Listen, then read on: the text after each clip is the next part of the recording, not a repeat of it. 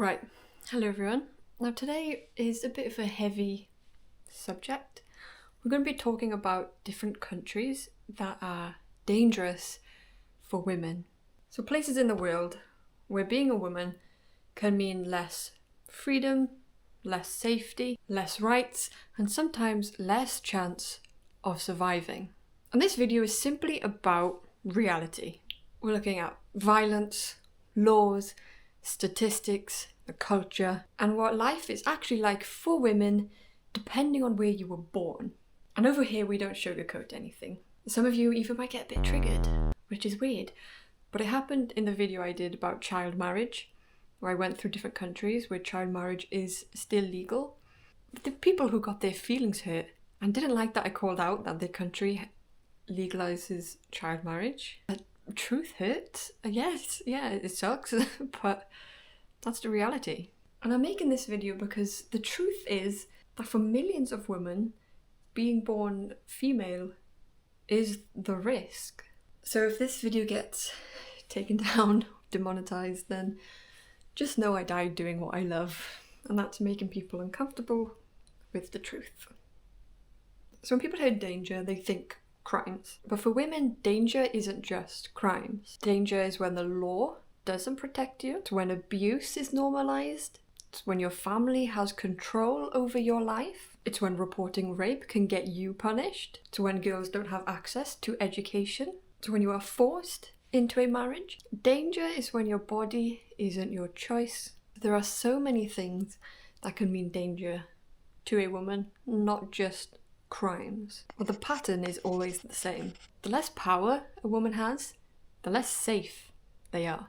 You might not be surprised at this one, but the first country on the list is Afghanistan. Afghanistan is possibly one of the hardest places on earth right now to be a woman. Since the Taliban returned to power, girls have been banned from schools, women have been banned from many jobs, and women can't travel outside of their house freely without a male guardian in most areas. Just think about that. Literally half the population treated like permanent children. Imagine being told that your future, your life does not matter because of something you were born as. These women have been removed from politics, from education, and just from public life. This isn't just inequality, this is erasure. The Taliban hasn't just reduced women's rights, they've completely deleted them. And there are millions of women there that have no choice but to live in it.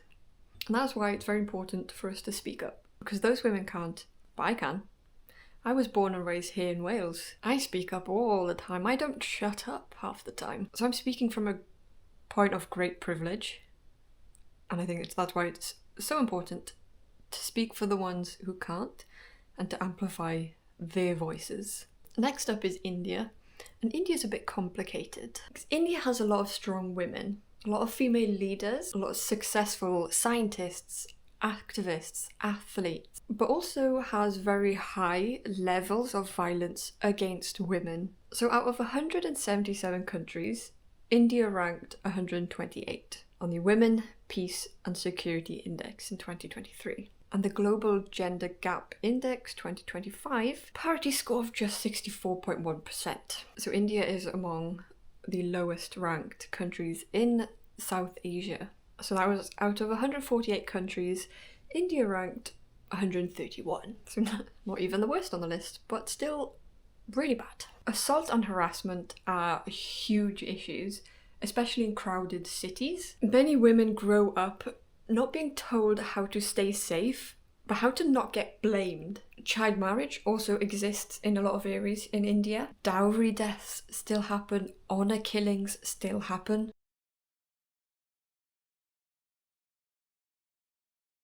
And when crimes happen, the victims are often questioned more than the criminal. You know a system's broken when the girls are taught survival before they are taught independence. So India, like Afghanistan, they're dangerous because the culture hasn't caught up with the idea that women are human beings. Now, Saudi Arabia. So Saudi Arabia has changed a lot in recent years. Women can drive now, women can work, women can travel more than ever before. But progress doesn't raise the system underneath. The male guardianship system still exists in different forms, meaning many women still need permission from usually a father, husband, male relative for major life decisions. Like, imagine needing approval to live your own life. So yeah, things are improving, but moving from restricted to slightly less restricted isn't equality. Not yet. Freedom shouldn't be something you earn by being obedient. So Democratic Republic of Congo. These types of places, the danger doesn't come from the laws.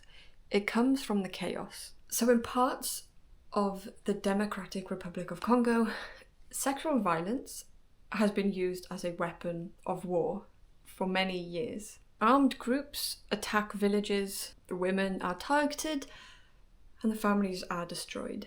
And many victims will never see justice because the systems barely exist. When your body becomes part of the battlefield, being a woman isn't just unfair, it is life-threatening. The world hears about this stuff, feels a bit sad, and then just moves on. Next up is Mexico.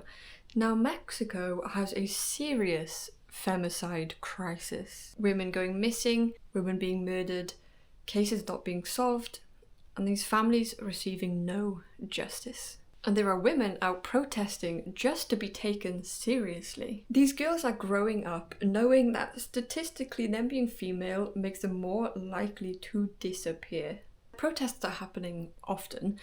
Women are out there, they're shouting, demanding change. Sometimes these protests are getting more criticism than the violence that is causing them. So this one country caused a bit of a stir in the child marriage one. The United States. People falsely think that this type of danger only exists in poor countries, in third world countries, but it doesn't. In the United States, women have freedom in so many ways, but women still deal with serious issues. The domestic violence rates against women are high. Sexual assault is common. Healthcare access depends on money. I want to make a whole separate video on America's healthcare system, because what the fuck? Like, it's bad here, but America? What the fuck? And reproductive rights have become a political argument and not just basic healthcare. You can be in one state and have full control over your own body, and then the state over, nothing. America, what the fuck? Remember, you don't need to live in a war zone to feel powerless. Sometimes it happens in courtrooms, in hospitals, and laws written by people who will never experience the consequences. So here's the truth. There isn't one dangerous country for women. There's a dangerous mindset. Whenever women are seen as less valuable, they are less protected. Whenever women have less power, they have less safety. Different countries show it in different ways. Some with laws, some with violence, some with culture, some with silence. But again, the pattern is always the same. So I'm going to leave that here for now. At some point I will do a more in-depth, detailed video of these countries, go more into the statistics and why these violent crimes still affect so many women in these specific countries. And if these facts made you uncomfortable, good. Because for millions of women, this isn't just some video topic, this is normal. This is everyday life. So yeah, let me know what you think in the comments below. Like this video, subscribe if you want. Share this video, that's the main thing. I want to get this type of information and facts out there. Spread it as much as possible. Because over here, we like to talk about the real issues. The things that matter. I will see you in the next video. Ta-da!